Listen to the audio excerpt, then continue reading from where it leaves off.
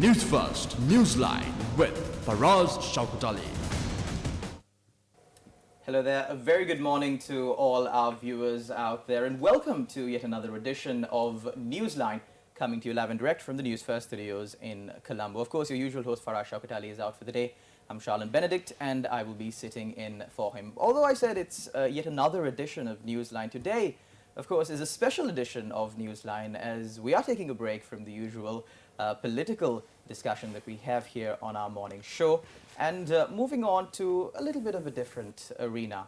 Today we are here to speak about the Cormorant Strike field operation, more commonly known as the Diyakava mission, which is a joint military training operation organized by Sri Lanka, of course, with the participation of a number of foreign countries and to discuss this with us, of course, we've got on our panel this morning Lieutenant Colonel Kure from the Sri Lanka Army. He is the Excise Brigade Commander. We've got from Zambia, Colonel James. Also, we've got from Russia, Captain Tima, both who participated in the Cormorant Strike field training exercises. A very good morning, gentlemen, and welcome to the show. Thank you. Good morning. So my first question, of course, we need to set a backdrop on this field training exercises. What exactly does it mean? Of course, it was held for a span of 20 days, from the 3rd of September to the 23rd. That involved 20 different operations in 20 different locations right here in Sri Lanka. So I'd like to start off with Lieutenant Colonel Kure.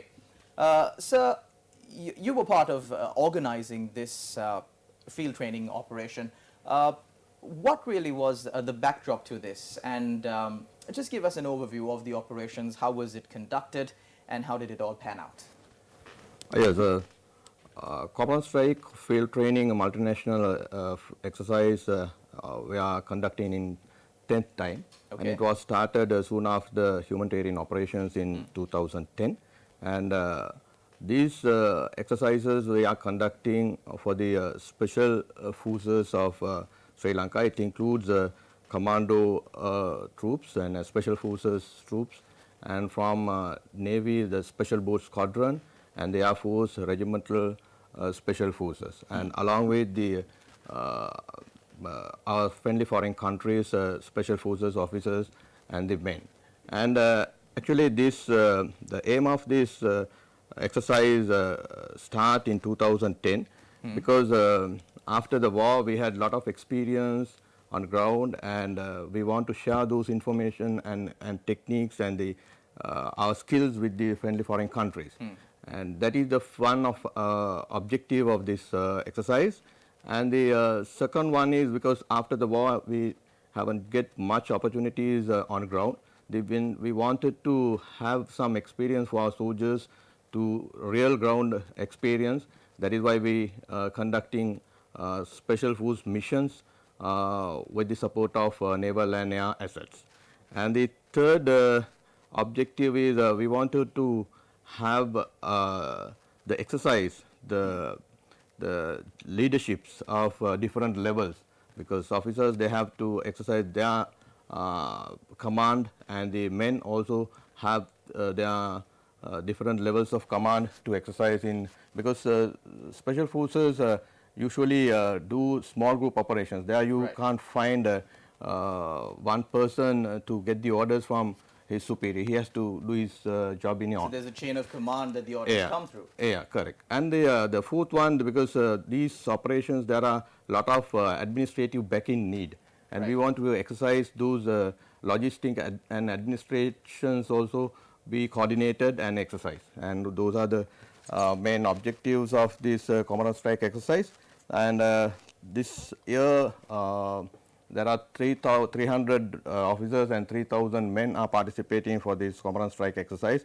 As I informed you earlier, there is Commando Brigade and a Special Forces Brigade, Special Boat Squadron from Sri Lanka Navy, and Regimental Special Force from Sri Lanka Air Force, and the 11 friendly foreign countries. There are the countries India, Pakistan, Bangladesh, Nepal, China, Malaysia, Maldives, Russia, Indonesia, Nepal and Zambia are participating for this time. And there are 20 officers and 51 other ranks from friendly foreign countries participating for this exercise. Right. Colonel, I'd like to speak a bit about, now we are currently seeing visual footage of this operation. What exactly is the training operation focused on, and what are we actually looking at, Lieutenant Colonel? Yeah, because these operations, actually, we wanted to exercise different type of special missions. It includes in this time we are conducting 8 raid missions and 4 hostage rescue and counter-terrorist missions and 3 apprehension missions and 2 ambush missions and sniper mission, reconnaissance missions, and finally disaster relief mission. Because in this operation we wanted to exercise. This is the Sigiriya operation. Yes, this is a apprehension mission. Because we wanted to get a military leader of enemy. Okay. And yeah.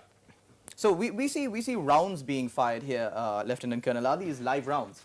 Actually, no, because these operations we never used live rounds. We use blank rounds because it get hurt people, because we don't want it to damage environment and any collateral damages for the locations.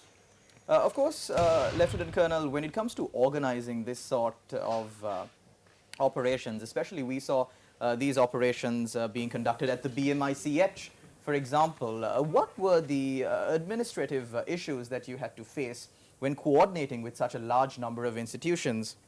Yes, actually before we start these operations, we have to plan what are the areas we are going to conduct these operations, because we wanted to touch all the terrains like jungles, then the semi-jungles, then the built-ups, then the townships. And this year we have conducted these operations in areas of Mana, Mullativ, Trincomalee, Betiklu, Kandy, Nuwara, Colombo and Balapitiya, because it covers all over Sri Lanka, because we want to give experience for our soldiers to fight in all areas of the country.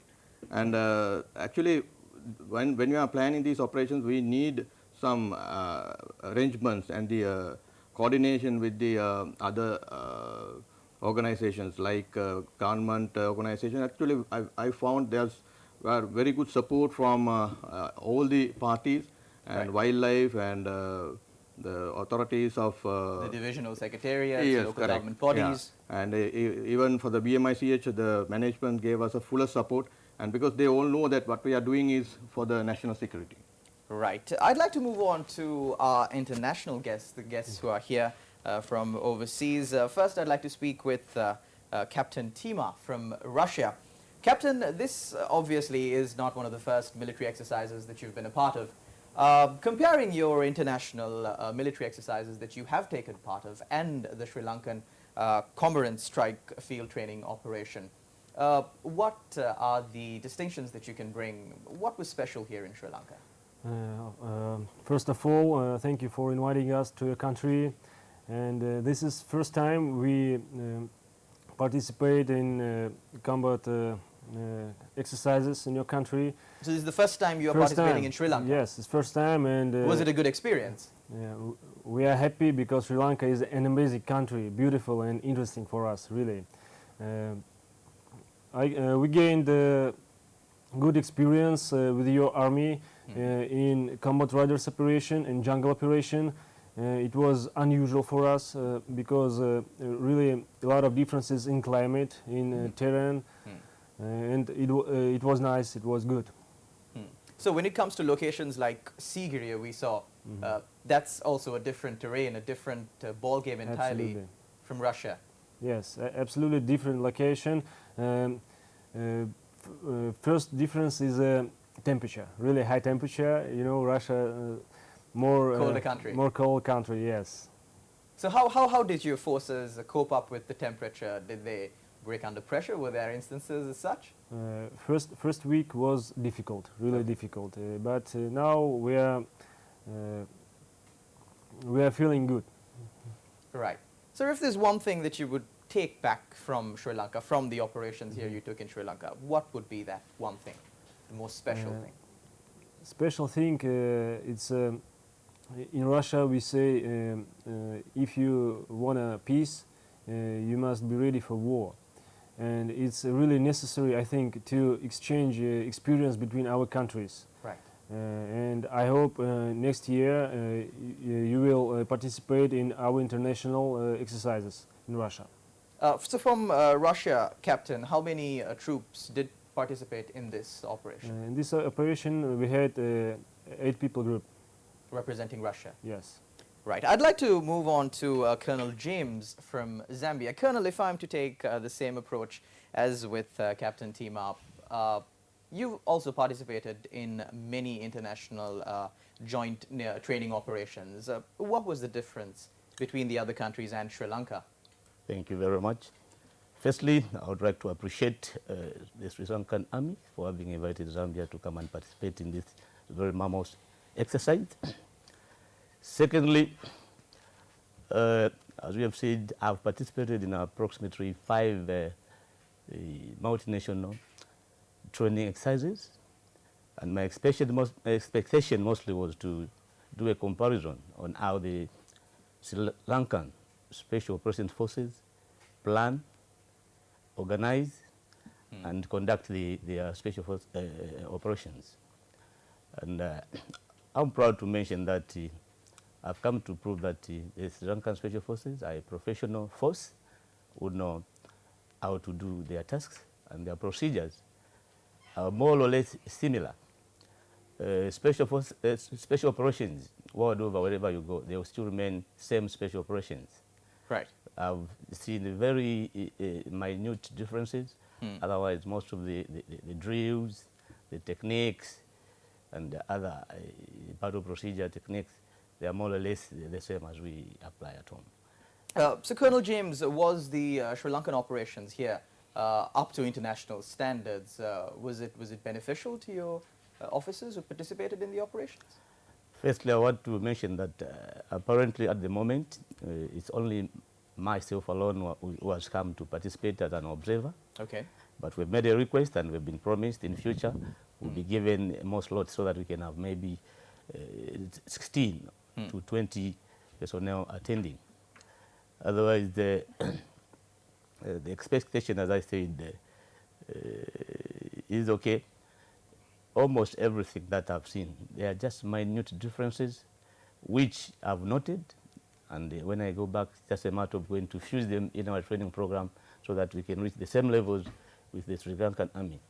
As you are much aware of, Sri Lanka was at war for 30 years and fighting in a very difficult terrain, that is jungle, which is not very easy for anybody to pass through. And for that, I would like to give the Sri Lankan Army a credit for what they've gone through. And I just hope this is over.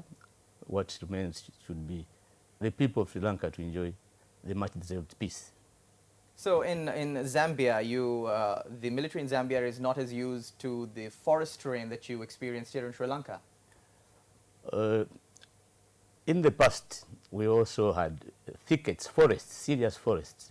But of late, there's been a lot of cutting and a lot of fires, Right. which have made the country start becoming open.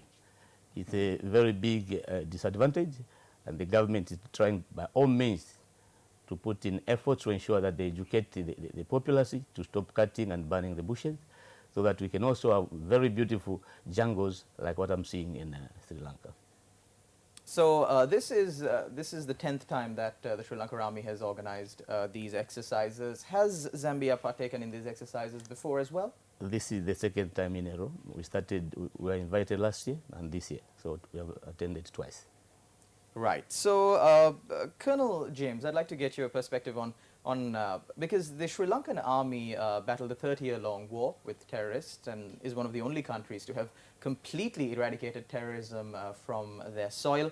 How do you feel about the challenges that the Sri Lanka Army had to overcome? Like you said before, you spoke about the jungle terrain, how hard it is to cope up with such a terrain. The Sri Lanka Army necessarily basically fought this war in jungle terrain because the terrorists were using guerrilla tactics. What do you feel of the accomplishments of the Sri Lanka Army? It's not an easy task, and they did a commendable job for the 30 years that they were in the war campaign. And I would like to commend everybody who participated in these campaigns. What makes you achieve what you want in the military is training. I'm sure for them to achieve that standard, they must have done a lot of individual training, because if you are fighting in a thicket, it's very difficult to have a cohesive team. Right. The biggest maybe you can be 2, 3, 4, up to 8, somewhere there. So there must be a lot of cohesion that is between individual skills and those of small unit tactics. Right. I'm sure they must have leveled too much on that, and it gave them dividends at the end of it all. So Colonel James, during these operations that you participated, were they training in small units, or how were the operations to you? How did you view it? Much as we call them multinational exercises, the operations, mostly for special operations, you don't operate on larger scales. Right. They are mostly on small scales. That is starting from the 4-man team, 8-man team, 16-man team. Maybe the maximum you can go is the 32-man team, unless otherwise, should you go beyond that. Usually special forces operate in small units, small teams. So Lieutenant Colonel Kure, we are currently witnessing some footage of these operations. But tell us a little bit more, what was behind the planning of these operations, and how far did the Army had to coordinate to pull off such an event? Actually, this multinational exercise we are conducting annually, and it's a one-hour event program. So this is visuals that are being played from the Min area operation. Of course, it's not just one unit. It's not just land. It's land, water, and air. How important is the coordination of the tri-forces when it comes to these kind of operations? Yes, this is one aim of objective of this exercise is to the cooperation of the tri-services, because we can't fight along, because during last humanitarian operation also we were together, and Army, Navy and Air Force we fought in the same one battlefield. And here we wanted to practice those skills together, and because we have limited resources comparing to Air Force and the Naval and the Army, but we wanted to cooperate and coordinate all the assets for a short period, that is starting from 3rd of September to 23rd of September, that is 20 days. And we managed to find all the assets together and conduct these missions in different 20 locations. Lieutenant Colonel Kure, what is the single most memorable event for you throughout the entire 20 operations that were conducted here in Sri Lanka this time around? Yeah, because we have planned new missions, that is we have not conducted before in Sri Lanka, because this year we have planned one mission in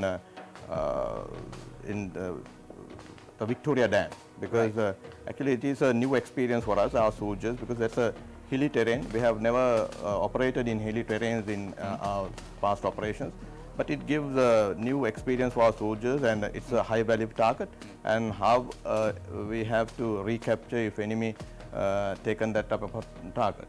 And it's a new thing. And the another event we have touched this time, that is the disaster relief mission, because Disaster actually relief operations, yes, right. because other than the Let me interrupt you just for a second there, Lieutenant Colonel Kure. Colonel James, this is the sort of forest terrain that you were speaking about, am I correct? Correct. As I already mentioned, it's not easy to fight in the forests. In addition to that, my memorable moment was when we conducted the search and rescue mission in a flooded situation. Where was this location, if you can remember? It's not very far from here. Where we went yesterday, what's the name of it? Where we conducted? That is Balapitia. Yeah, Balapitia. As you know, a search and rescue in a flood situation is a very complicated operation, and it involves a lot of resources.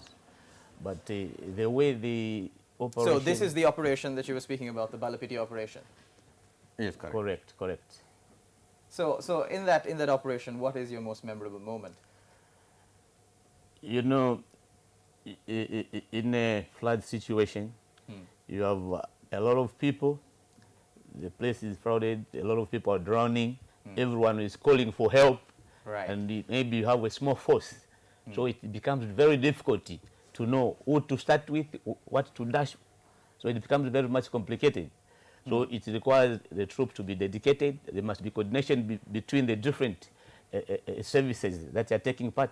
Otherwise, if that coordination is not there, the exercise might be very difficult to accomplish, especially that it requires a lot of a resource, that is both air, water. The ground troops also have to come in. So this is a prime example of coordination between all the tri-forces that is required. That's why there's need to practice and develop a common military doctrine that you should adopt during such scenarios. Right. So in Zambia, there of course might be instances of flooding. So you believe that you can utilize the things that you learned here in the Sri Lankan operations back when you get home. Exactly. We've had a few instances of floods.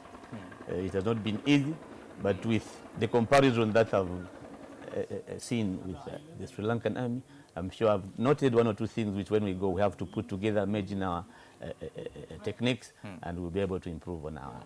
Captain Tima, if I'm coming to you, how is the disaster relief situation in Russia, and how does the military actually contribute to disaster relief whenever there is a need in Russia?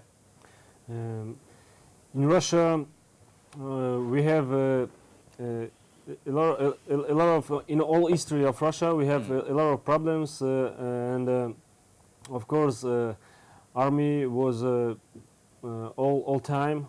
Army was near the nation, near the people, and it's really important to have modern units. Right. Yes. So when it came to the disaster relief section, of course, of these operations, how did it contribute to your officers who participated here? Do you believe that there is something that can really be taken back from the Sri Lankan operations here? Of course, two operations we had, it was new operations for us, because in Russia we have not combat riders units, for example, Right. and we train a lot together with your army, with your soldiers, with your officers, and second operation was jungle operation, Right. and it was good experience for us. It was something new, and we train a lot. We saw your officers level, we saw your soldiers level, and I think famous thing is you can relax and enjoy your life because you have really high level officers and soldiers in your country. Thank you very much. Of course, that's the compliment, of course, goes out to the entire tri-forces. Lieutenant Colonel Correa, getting back to you, of course, when we speak about the military of a country, when we speak about tri-forces, the general perception is you speak about the forces whenever there is a war. And then associated with the forces, this is a kind of a stereotype, is, you know, firing, destruction and all that. But the joint operations conducted, the Diakava operations and joint military operations of that nature speak more about a military from moving away from war to taking a step further and moving towards peace building. Colonel Correa, Lieutenant Colonel Correa, how do you view this? Is this true, and how far has this has the operations here in Sri Lanka, the Diakava mission, accomplished this? As I agreed with the my friend mentioned before, if we want to have a proper peace, the military should be prepared for the war.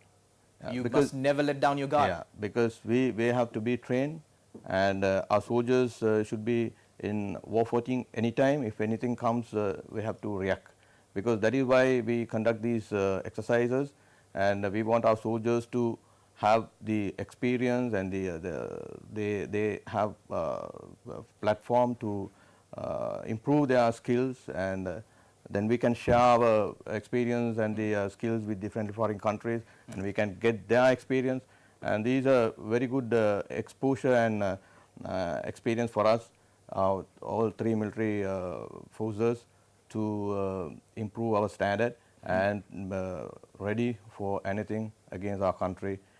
And we are supporting peace and all the activities. With that, we are ready for anything.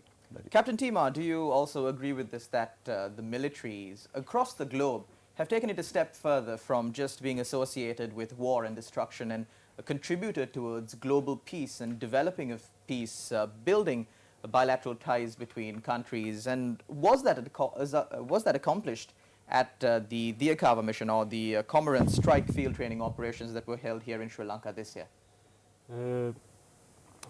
First of all, Russia, we don't need war. We need just peace in all of the world, of course. And we will be happy if we don't need use army. We don't need participate in combat exercises. But unfortunately, we must do this because we like you said before, if you need peace, you have to be ready for war. Yes. And now I see your army has a high quality, and our thinking, our brain, the same as is in your country. Unfortunately, but army in all of the world, all countries in the world must have powerful armies. Unfortunately, but it's so. And we cannot do something with this. True. Colonel James from Zambia, do you also believe that the motivation or the motive of peace building was accomplished at the Cormorant Strike field training mission here in Sri Lanka? Exactly. I agree with that. Even the way the exercise was tailored, it was to develop towards the attainment of peace at the end of it all. That's why I'm saying I agree with the other speakers. Worldwide, we are all fighting to gain peace, global peace. But to attain that peace, we always have to ensure that we must have reserve forces who must be able to intervene in case any faction from anywhere wants to do it, to still bring us back to a war situation. That's why much as we would want to attain peace, we should also at the same time maintain the military, so that in case of a problem, they can be called upon. Right. Lieutenant Colonel Kure, besides the operations that were held, there was also an exhibition that was held at BMICH. Would you like to tell us a little bit about that as well? At the BMICH, we have conducted one mission that is especially about the hostage rescue and counter-terrorist mission. And that mission, it was conducted by the Commando Regiment, 4th Commando Battalion, because they are specialized for these skills. And during that operation, actually we invited all three commanders of the Army and the Command of the Army, Navy and Air Force, and the Secretaries of President and Secretary of Defense. And everybody participated for that, to witness that mission, because we took a lot of effort to conduct this mission. And actually so we see the hostages in this mission. Were they volunteers? How did you get them? Were they just people standing there, as you can see right now on your screen? Actually they are volunteers, because we found actually they are from foreign visitors to Sri Lanka. Right. And we request them. So there were locals present at this as well, though? Yes, correct. Because they were volunteered to become prisoners here, but actually they also got some good experience, and we are very much thankful for them to support our mission there. Right. So ladies and gentlemen, unfortunately we are out of time on Newsline for this morning. Of course, these operations were covered by our news station throughout the course of the 20 days. And of course, compliments to the Sri Lanka Army and Navy and Air Force, the Tri-Forces of Sri Lanka, for organizing such a great event. And of course, to foreign guests who have obliged to the invitation extended by Sri Lanka and participated in these operations. Of course, judging by the comments that we received here on the show, I believe you have gained quite a lot out of these operations, and you will be taking back from Sri Lanka to your respective countries, and hopefully you will return the next time that the Triforces organizes such an operation. So with that, we wrap up our Newsline program for this evening. Thank you very much, Lieutenant Colonel Kure from the Sri Lanka Army, Colonel James from the Zambian Army, and Captain Tima from Russia. Thank you very much, gentlemen, for joining us on our program this morning. And thank you very much to all our viewers out there for tuning in. Hope you found this program interesting. Of course, if you want to watch more of this program, you can log on to our YouTube page, also Facebook, and www.newsfirst.lk. That is our award-winning website. Thank you very much once again for tuning in to Newsline. Until next time, we end today's program, of course, with some thrilling visuals from the Diyakava operations, or the Cormorant Strike field training mission here in Sri Lanka. Have a great day. We will see you again tomorrow.